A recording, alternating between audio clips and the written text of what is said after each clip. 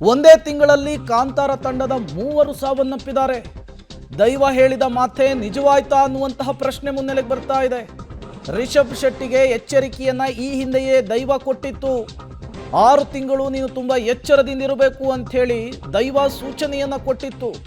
ನನ್ನ ಅಭಯ ಇದೆ ಅಂತಲೂ ಕೂಡ ದೈವ ಹೇಳಿತ್ತು. ಈಗ ದೈವ ಹೇಳಿದ ಮಾತೆ ನಿಜವಾಯ್ತಾ ಅನ್ನುವಂತಹ ಪ್ರಶ್ನೆ. ಸಾಲು ಸಾಲು ಘಟನೆಗಳು, ಅವಘಡಗಳು, ಸಾವುಗಳು ಚಿತ್ರತಂಡಕ್ಕೆ ಸಂಬಂಧಪಟ್ಟಂತಾಗ್ತಾ ಇದೆ. ಇದು ಸಹಜವಾಗಿಯೇ ದೈವ ನುಡಿದಂತೆಯೇ ಎಲ್ಲವೂ ಆಗ್ತಾ ಇದೆ ಅನ್ನುವಂತಹ ನಂಬಿಕೆ ಈಗ ಮನೆ ಮಾಡಿರುವಂಥದ್ದು. ಹಾಗಾದರೆ ಕಾಂತಾರ ಸಿನಿಮಾಕ್ಕೆ ಪದೇ ಪದೇ ಪ್ರಾಬ್ಲಮ್ಗಳು ಕ್ರಿಯೇಟ್ ಆಗ್ತಾ ಇರೋದು ಯಾಕೆ? ಅದು ಈಗಿರುವಂತಹ ಪ್ರಶ್ನೆ. ಮತ್ತಷ್ಟು ಡೀಟೇಲ್ಸ್ ಕೊಡ್ತಾರೆ ಭಾರತಿ, ನೇರ ಸಂಪರ್ಕದಲ್ಲಿ ಜಾಯಿನ್ ಆಗಿದ್ದಾರೆ. ಭಾರತಿ, ಅನ್ಡೌಟೆಡ್ಲಿ ರಿಷಬ್ ಶೆಟ್ಟಿ ದೈವ ಭಕ್ತರು ಅನ್ನೋದರಲ್ಲಿ ಯಾವುದೇ ರೀತಿಯ ಮಾತನ್ನು ತೆಗೆದು ಹಾಕೋ ಹಾಗಿಲ್ಲ. ಬಟ್ ಈಗ ಪದೇ ಪದೇ ಸಂಕಷ್ಟಗಳು ಎದುರಾಗ್ತಾ ಇದೆ. ದೈವ ನುಡಿದಂತೆಯೇ ಎಲ್ಲವೂ ಕೂಡ ಆಗ್ತಾ ಇದೆ. ಈ ಸಂದರ್ಭದಲ್ಲಿ ನಿರ್ದೇಶಕ ನಟ ರಿಷಬ್ ಶೆಟ್ಟಿ ಏನು ಮಾಡ್ತಾರೆ ಅಂತ ಹೇಳಿ ಮತ್ತೊಮ್ಮೆ ಏನಾದರೂ ದೈವದ ಮೊರೆ ಹೋಗುವಂತಹ ಸಾಧ್ಯತೆ ಇದೆಯಾ ಚಿತ್ರತಂಡದ ಜೊತೆಗೆ? ಈ ಬಗ್ಗೆ ಏನಾದರೂ ಮಾಹಿತಿ ಸಿಗ್ತಾ ಇದೆಯಾ ಹೇಗೆ ಅಂತ ಹೇಳಿ?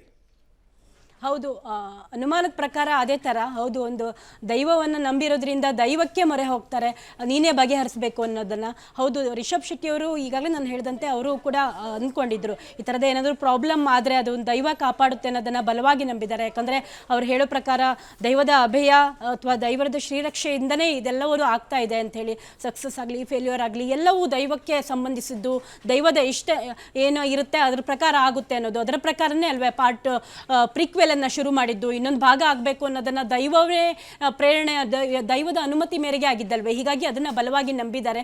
ಸದ್ಯಕ್ಕಂತೂ ಇದು ಹೌದು ಚಿತ್ರತಂಡಕ್ಕೆ ಆಘಾತ ಆಗಿರೋದಂತೂ ನಿಜ. ಯಾಕಂದ್ರೆ ಪದೇ ಪದೇ ಈ ಥರದ ಕಲಾವಿದರು ಹಿಂಗೆ ಸಂಬಂಧಪಟ್ಟವರು ಅಪಮೃತ್ಯುಗೀಡಾಗ್ತಿದ್ದಾರೆ ಅಂತಂದ್ರೆ ಯಾರಿಗಾದ್ರೂ ಒಂದು ಆತಂಕ ಎದುರಾಗಿ ಆಗುತ್ತೆ. ಸಡನ್ ಈ ಥರ ಆಗ್ತಿದ್ದಾಗ ಹೌದು ದೈವದ ಮುಂದೆ ಹೋಗೋದೇ ಇನ್ನು ಕೊನೆಯಾಗಿ ಉಳಿದಿರೋದು.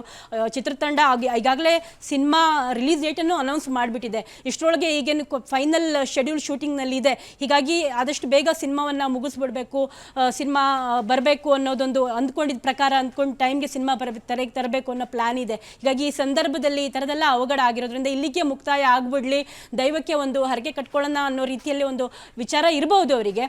ಮುಂದಿನ ದಿನಗಳಲ್ಲಿ ಚಿತ್ರತಂಡವನ್ನು ಸಂಪರ್ಕ ಮಾಡಿದಾಗ ಏನು ಹೇಳುತ್ತೆ ಅನ್ನೋದನ್ನು ನೋಡಬೇಕಾಗುತ್ತೆ. Prem. Okay, thank you Bharati ತಮ್ಮೆಲ್ಲ ಮಾಹಿತಿಗಾಗಿ.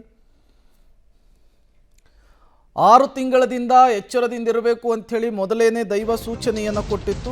ಈಗ ದೈವದ ಸೂಚನೆಯ ಪ್ರಕಾರವೇ ಇವೆಲ್ಲವೂ ಕೂಡ ಆಗ್ತಾ ಇದೆಯಾ ಅಂಥೇಳಿ. ಕಾಂತಾರ ಸಿನಿಮಾಗೆ ಇದೆಂತಹ ಪ್ರಾಬ್ಲಮ್ ಅಂತ, ಸಿನಿಮಾ ಶುರುವಾದ ದಿನದಿಂದ ಇಲ್ಲಿಯವರೆಗೂ ಕೂಡ ಸಾಲು ಸಾಲು ಸಂಕಷ್ಟ. ಒಂದಿಲ್ಲೊಂದು ಇಕ್ಕಟ್ಟಿನಲ್ಲಿ ಕಾಂತಾರ ಚಿತ್ರತಂಡ ಸಿಲುಕಿಕೊಳ್ತಾ ಇದೆ. ಪದೇ ಪದೇ ಈ ರೀತಿಯ ಸಮಸ್ಯೆಗಳು ಸೃಷ್ಟಿ ಆಗ್ತಾ ಇರೋದಾದ್ರೂ ಯಾಕೆ? ಪದೇ ಪದೇ ಈ ರೀತಿಯ ವಿಘ್ನಗಳು ಎದುರಾಗ್ತಾ ಇರೋದಾದ್ರೂ ಯಾಕೆ? ಅದು ಈಗಿರುವಂತಹ ಪ್ರಶ್ನೆ. ಈ ಹಿಂದೆ ಕಾಂತಾರ ಸಿನಿಮಾ ಚಿತ್ರೀಕರಣ ಆಗಿತ್ತು, ತೆರೆ ಕಂಡಿತ್ತು, ಅದ್ಧೂರಿ ಪ್ರದರ್ಶನ ಕಂಡಿತ್ತು. ಆಗ ಇಲ್ಲದೆ ಇರುವಂತಹ ಸಮಸ್ಯೆಗಳು ಕಾಂತಾರ ಚಾಪ್ಟರ್ 1 ಚಿತ್ರೀಕರಣದ ಸಂದರ್ಭದಲ್ಲಿಯೇ ಯಾಕಾಗ್ತಾ ಇದೆ? ಕಾಂತಾರಗೆ ಇದೆಂತಹ ವಿಘ್ನ ಅಂಥೇಳಿ. ಕಾಂತಾರ ಸೆಟ್ಗೆ ಮೊದಲನೇದಾಗಿ ಮಳೆ ಅಡ್ಡಿಯನ್ನು ಮಾಡಿತ್ತು. ಒಂದಿಲ್ಲೊಂದು ಸಮಸ್ಯೆ ಹೇಗೆ ಎದುರಾಯಿತು ಕಾಂತಾರ ಸಿನಿಮಾಕ್ಕೆ ಅನ್ನೋದನ್ನು ನಿಮ್ಮ ಮುಂದೆ ಇಡ್ತಾ ಇದ್ದೀವಿ. ಹಾಸನದಲ್ಲಿ ಶೂಟಿಂಗ್ ವೇಳೆ ಮರಗಳಿಗೆ ಹಾನಿಯಾಗಿದೆ ಅಂಥೇಳಿ ಸ್ಥಳೀಯರು ಚಿತ್ರತಂಡದ ವಿರುದ್ಧ ಧ್ವನಿಯನ್ನು ಎತ್ತಿದ್ರು, ಆಕ್ರೋಶವನ್ನು ಹೊರಹಾಕಿದ್ರು. ಅದಾದ ಮೇಲೆ ಸಹ ಕಲಾವಿದರಿದ್ದಂತಹ ಟೆಂಪೋ ಪಲ್ಟಿ ಆಗಿಬಿಟ್ಟಿದ್ದೆ. ಅದೃಷ್ಟವಶಾತ್ ಪ್ರಾಣಹಾನಿ ಆಗಲಿಲ್ಲ, ಬಟ್ ಕೆಲವರಿಗೆ ಗಾಯವಾಗಿತ್ತು. ಇದು ಕೂಡ ಒಂದು ವಿಘ್ನ ಆಗಿರುವಂಥದ್ದು. ಅದಾದ ಮೇಲೆ ಜೂನಿಯರ್ ಆರ್ಟಿಸ್ಟ್ ಕಪಿಲ್ ಸಾವನ್ನಪ್ತಾರೆ. ಮೂಲತಃ ಕೇರಳದವರು ಇವರು. ಈಜಲಿಕ್ಕೆ ಹೋಗಿ ಮೇ 6ನೇ ತಾರೀಕು ಕಪಿಲ್ ಸಾವನ್ನಪ್ಪುವಂತಹದ್ದು. ಅದಾದ ನಂತರ ಮೇ 6ಕ್ಕೆ ಜೂನಿಯರ್ ಆರ್ಟಿಸ್ಟ್ ಕಪಿಲ್ ಸಾವನ್ನಪ್ಪಿದ ನಂತರ ರಾಕೇಶ್ ಪೂಜಾರಿ ಸಾವನ್ನಪ್ತಾರೆ. ಮೇ 11ನೇ ತಾರೀಕು ಹಾಸ್ಯ ಕಲಾವಿದ ಇವರು ಕೂಡ ಹಾರ್ಟ್ ಅಟ್ಯಾಕ್ನಿಂದ ಸಾವನ್ನಪ್ಪುವಂಥದ್ದು. ಇವರು ಕೂಡ ಕಾಂತಾರ ಪ್ರೀಕ್ವೆಲ್ನಲ್ಲಿ ಆಕ್ಟ್ ಮಾಡಿರೋರು. ಜೂನ್ 11 ಆಗುಂಬೆಯಲ್ಲಿ ಅಂದರೆ ನಿನ್ನೆ ವಿಜು ಹೃದಯಾಘಾತಕ್ಕೆ ಸಾವನ್ನಪ್ಪಿದ್ದಾರೆ. ಕೇರಳದಿಂದ ಶೂಟಿಂಗ್ನಲ್ಲಿ ಭಾಗಿಯಾಗಬೇಕು ಅನ್ನುವಂತಹ ಕಾರಣಕ್ಕೆ ಅವರು ಶಿವಮೊಗ್ಗದ ತೀರ್ಥಹಳ್ಳಿಗೆ ಬಂದಿದ್ರು. ಮತ್ತಷ್ಟು ಡೀಟೇಲ್ಸ್ ಅನ್ನು ಕೊಡ್ತಾರೆ ದೀಪಕ್, ನೇರ ಸಂಪರ್ಕದಲ್ಲಿ ಜಾಯಿನ್ ಆಗಿದ್ದಾರೆ. ದೀಪಕ್, ಸಮಸ್ಯೆಗಳ ಮೇಲೆ ಸಮಸ್ಯೆಗಳು ಸೃಷ್ಟಿ ಆಗ್ತಾ ಇದೆ, ವಿಘ್ನಗಳ ಮೇಲೆ ವಿಘ್ನಗಳು ಸೃಷ್ಟಿ ಆಗ್ತಾ ಇದೆ. ಕೆಲವರು ಹೇಳ್ತಾ ಇದ್ದಾರೆ ಇದು ದೈವದ ಸಂಕಷ್ಟ ಅಂಥೇಳಿ, ಇನ್ನು ಕೆಲವರು ಹೇಳ್ತಾ ಇದ್ದಾರೆ ಇದು ಕಾಕತಾಳೀಯ ಇರಬೇಕು ಅಂಥೇಳಿ. ಬಟ್ ನಿಜಕ್ಕೂ ಕೂಡ ಈ ವಿಘ್ನಗಳಿಗೆ ಕಾರಣ ಏನು ಅಂಥೇಳಿ ಏನು ಹೇಳ್ತಾರೆ ಈಗ ಸ್ಥಳೀಯರ ಈ ಬಗ್ಗೆ ಅಂತ? ಪ್ರೇಮ್, ಈ ಚಿತ್ರದ ಬಗ್ಗೆ ಕೋಟ್ಯಾಂತರ ಜನ ಇದನ್ನು ಒಪ್ಪಿಕೊಂಡಿದ್ರು. ಆದರೆ ಈ ಚಿತ್ರದ ಬಗ್ಗೆ ಕೆಲವು ವಿವಾದಗಳು, ಎರಡೆರಡು ಭಿನ್ನಾಭಿಪ್ರಾಯಗಳು ಬಂದಿರುವಂಥದ್ದು ಕರಾವಳಿಯಿಂದಲೇ. ಯಾಕಂದರೆ ದೈವದ ಕಥೆಯನ್ನು ಇಟ್ಟುಕೊಂಡು ರಿಷಬ್ ಶೆಟ್ಟಿ ಮತ್ತು ತಂಡ ಸಕ್ಸಸ್ ಆಗಿತ್ತು. ಆದರೆ ಕೊನೆಯ ಒಂದು ಆ ಸೀಕ್ವೆನ್ಸ್ ಏನಿದೆ, ದೈವ ಮೈಯಲ್ಲಿ ಆವೇಶ ಬಂದು ಆ ಊರಿನ ಯಜಮಾನನನ್ನು ಅದು ಒಂದು ಕೊಲ್ಲುವ ಸೀನ್ ಇದೆ. ಆದರೆ ಯಾವುದೇ ಆಚರಣೆಯಲ್ಲಾಗಲಿ ಕೊಲ್ಲುವುದನ್ನು ವಿರೋಧಿಸಿದ್ರು. ಈ ವಿಚಾರವನ್ನು ಇಟ್ಕೊಂಡೇ ಆರಂಭದಲ್ಲಿ ಈ ಕತೆಗೆ ಒಂದು ತಗಾದೆಯನ್ನು ಸೃಷ್ಟಿ ಮಾಡಿದ್ರು. ಆ ನಂತರ ಬಂದ ರಿಯಾಲಿಟಿ ಶೋಗಳಿರ್ಬೋದು, ದೇಶಾದ್ಯಂತ ಟ್ಯಾಬ್ಲೋಗಳಲ್ಲಿ, ಮೆರವಣಿಗೆಗಳಲ್ಲಿ ಅದನ್ನು ದೈವದ ಒಂದು ವೇಷವನ್ನು ಹಾಕೊಂಡು ಮೆರವಣಿಗೆಯಲ್ಲಿ ಅದರ ವಿರುದ್ಧವಾಗಿ ನಡ್ಕೊಂಡದ್ದು. ಈ ವಿಚಾರಕ್ಕೆ ಆರಂಭದಲ್ಲಿ ಕರಾವಳಿಯಲ್ಲಿ ವಿರೋಧ ಬಂತು. ಆ ನಂತರ ಸಾಲು ಸಾಲು ವಿಘ್ನಗಳು ಕಳೆದ 1 ವರ್ಷಗಳಿಂದ ಕೂಡ ಆಗಿತ್ತು. 2024ರ ಜೂನ್ ಜುಲೈ ತಿಂಗಳಲ್ಲಿ ಒಂದು ಅದ್ದೂರಿ ಸೆಟ್ ಅನ್ನ ಕುಂದಾಪುರ ಭಾಗಗಳಲ್ಲಿ ಕಾಂತಾರ ಪ್ರೀಕ್ವೆಲ್ನ ಚಿತ್ರತಂಡ ಹಾಕಿತ್ತು. ಇದೇ ರೀತಿ ಮಳೆ ಬರ್ತಾ ಇತ್ತು. ಅಲ್ಲೂ ಕೂಡ ಲಕ್ಷಾಂತರ ರೂಪಾಯಿಯ ಸೆಟ್ ನೀರಿನಲ್ಲಿ ಕೊಚ್ಚಿ ಹೋಗಿತ್ತು ಅನ್ನುವಂಥದ್ದು.